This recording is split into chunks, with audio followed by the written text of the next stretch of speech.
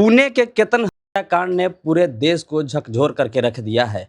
महिलाओं के ऊपर तरह तरह के सवाल खड़े खड़े हो रहे हैं।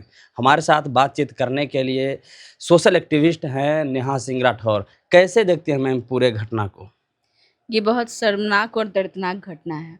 महिला हो या पुरुष, किसी के साथ हिंसा करना कहीं से भी जायज़ नहीं है। जी, मैं महिला के अधिकारों के लिए काम करती हूँ। इसका मतलब ये नहीं कि अगर कोई महिला दोषी है या कोई किसी ने किसी की हत्या कर दी किसी साजिशन, तो उसका मैं सपोर्ट करूँ, बिल्कुल भी नहीं। तो क्या ये जो केतन के साथ जो हुआ है ये गलत हुआ है? बिल्कुल गलत हुआ है।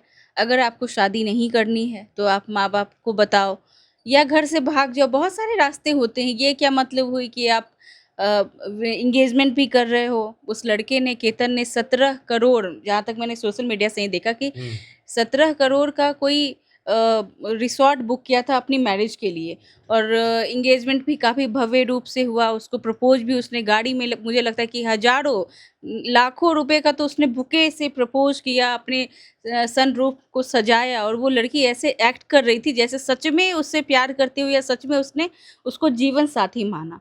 और कहीं घुमाने के बहाने ले जाके और उसको धक्का दे देना, किसी के घर का चिराग छीन लेना, ये बहुत नृशंस हत्या है, बहुत नृशंस कृत्य है। और ऐसा करने वाला चाहे लड़की हो, चाहे लड़का हो, उसको बिल्कुल सज़ा मिलनी चाहिए। कहा जा रहा है कि ये दूसरा जो प्रयास है, दूसरा प्रयास में केतन को इस तरह के हाँ, पहले प्रयास में वो बच गया, पेड़ पे लटक गया तो उसको कही कि साँप से डर लग गया तो मैंने धक्का सांप का बहाना बनाया गया। साँप का बहाना बनाया और सेकंड कोशिश में तो जान ही ले ली। ये जो घटना हुई है महिलाओं के ऊपर कई तरह के सवाल खड़े हो रहे हैं। देखिए, ये गलत है कि अगर कोई एक महिला हत्या कर दे किसी पुरुष की, अपनी पति की या अपने प्रेमी की, तो आप सारी महिलाओं को रडार पे ले लें। आज भी ऐसी कई महिलाएँ हैं, जो अपनी फैमिली के कारण, जो अपने पति के कारण, जो अपने पति से इतना प्रेम करती हैं कि वो अपने सपनों को त्याग कर देती है और उनके घर, अपने पति के परिवार को अपना परिवार मानती हैं, उनके घर को अपना घर मानती हैं और अपना सर्वस्व लुटा देती हैं। दिन-रात मेहनत करती है और उसके बदले वो कोई मज़दूरी भी नहीं लेती, कोई मेहनताना भी नहीं लेती। आज भी कई महिलाएँ हैं, कई हाउसवाइफ हैं जो बहुत पढ़ी-लिखी हैं या जिनमें बहुत काबिलियत है, लेकिन आज भी ऐसी महिलाएँ हैं जो परिवार को जोड़े रखती हैं, जो पति-पत्नी के रिश्ते को प्रेम से निभाती हैं। अगर कोई एक लड़की हत्यारी निकल जाए तो सारी महिलाओं को रडार पे लेना या सारी महिलाओं को उसी नज़रिए से देखना बंद कीजिए। इसी प्रकार मैं किसी को डिफेंड नहीं कर रही हूँ, मैं इस केस में बिल्कुल भी जस्टिफाई नहीं कर रही हूँ कि केतन के साथ सही हुआ या उस लड़की ने सही किया, मैं बिल्कुल भी डिफेंड नहीं कर रही हूँ। लेकिन इसके पहले भी कई महिलाओं की जान जाती रही है। दहेज का मामला हो, घरेलू हिंसा का मामला हो या प्रेम प्रसंग का मामला हो, पुरुष महिलाओं के साथ अत्याचार करते हैं। तो क्या हम महिलाएँ सारे पुरुष को उसी नज़रिए से देखते हैं? नहीं ना। आज भी इंसानियत बची हुई है, हम दोस्त बनाते हैं, हम अनजान घर में शादी करते हैं, किसी अनजान लड़के से शादियाँ हो रही हैं। तो ऐसा नहीं है कि कोई एक लड़का किसी एक लड़की के साथ गलत करे, रेप करे, घरेलू हिंसा में जान ले ले, मार दे, तो हम सारे पुरुषों को उसी नज़रिए से देखते हैं। ठीक उसी प्रकार मेरा सभी पुरुषों से ये विनम्र निवेदन है कि अगर कोई एक महिला गाड़ी निकल जाए या ऐसी 3-4 केसेज़ अभी लाइक मुस्कान का आया, सोनम नीले रघुवंशी का ड्रम आया, हाँ, मुस्कान का आया, सोनम रघुवंशी का आया, तो ये महिलाएँ बिल्कुल दोषी हैं और इनको कड़ी से कड़ी सज़ा मिलनी चाहिए। लेकिन मेरा मेरा रिक्वेस्ट है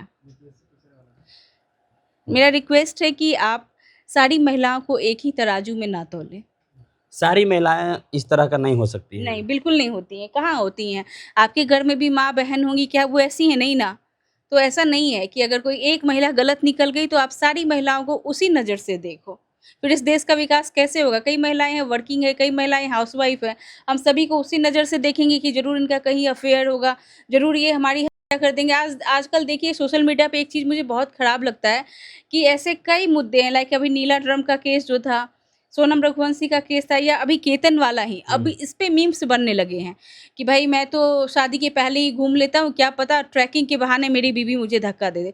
ऐसे कई सेंसिटिव मुद्दे आते हैं जो ये मीम्स और ट्रोलिंग के कारण उड़ जाते हैं।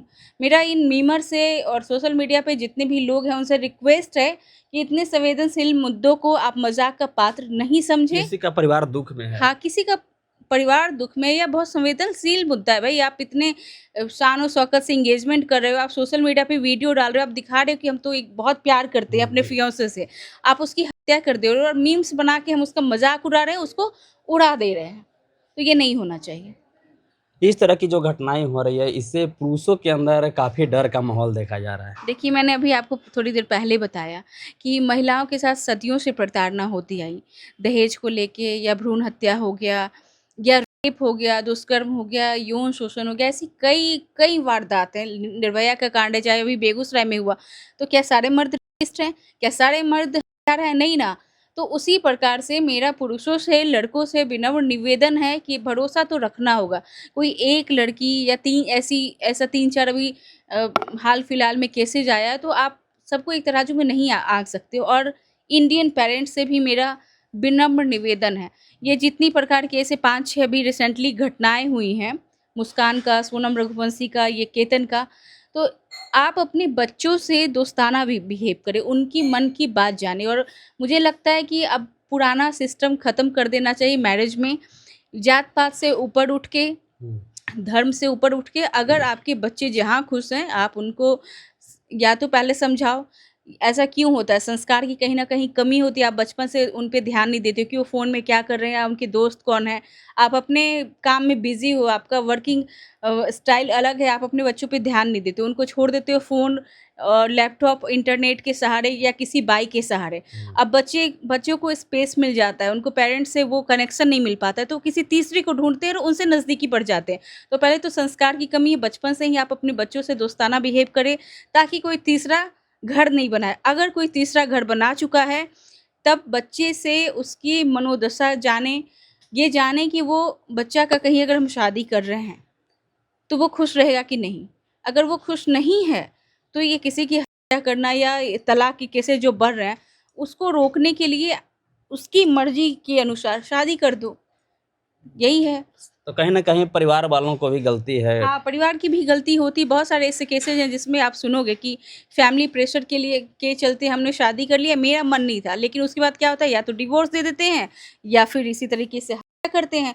सोनम रघुवंशी केस में यही हुआ था। उसका राजा रघुवंशी कितना सुंदर था बेचारा, कितना अमीर था, लेकिन ये लड़की का मन नहीं था। ये फैमिली प्रेशर के कारण एक चिरकुट-सा दिखने वाला कॉकरोच टाइप का लड़का, किसी को ऐसे टिप्पणी नहीं करना चाहिए, बॉडी शेमिंग है, लेकिन आपने किसी की हत्या की, उसके उसके कारण मेरे मुँह से ये सब निकल रहा है। आपने एक लड़के की हत्या कर दी, आपने ये नहीं सोचा कि ये किसी के घर का बेटा है, किसी का भाई है। आपको नहीं पसंद था, आप भाग जाते, लेकिन ये धक्का दे देना, मार देना, ड्रम में काट के पैक कर देना, ये सब गलत है। और महिलाएँ जो हैं वो करुणा के लिए, दया के लिए जानी जाती है, ममता के लिए जानी जाती है। अगर इस तरह के केसेज़ होंगे तो उँगली तो उठती है, लेकिन उठनी नहीं चाहिए। सारे लोगों को ऐसे नहीं देखना चाहिए। तो आपने सुना, मैम ने साफ-साफ कहा कर परिवार को भी अपने बच्चों को ध्यान रखना चाहिए। अगर परिवार अगर चाहेंगे तो जिस तरीके से इस तरह की घटनाएँ हो रही है, इस तरह की घटनाएँ नहीं हो सकती है। लेकिन अगर परिवार अगर बच्चों पर ध्यान नहीं देते हैं और उनके मर्ज़ी के हिसाब से अगर काम नहीं करते हैं, तो इस तरह की समाज में घटनाएँ हो सकती है। बाकी इस वीडियो को देखने के बाद आप क्या सोचते हैं? कमेंट बॉक्स में अपनी प्रतिक्रिया दें।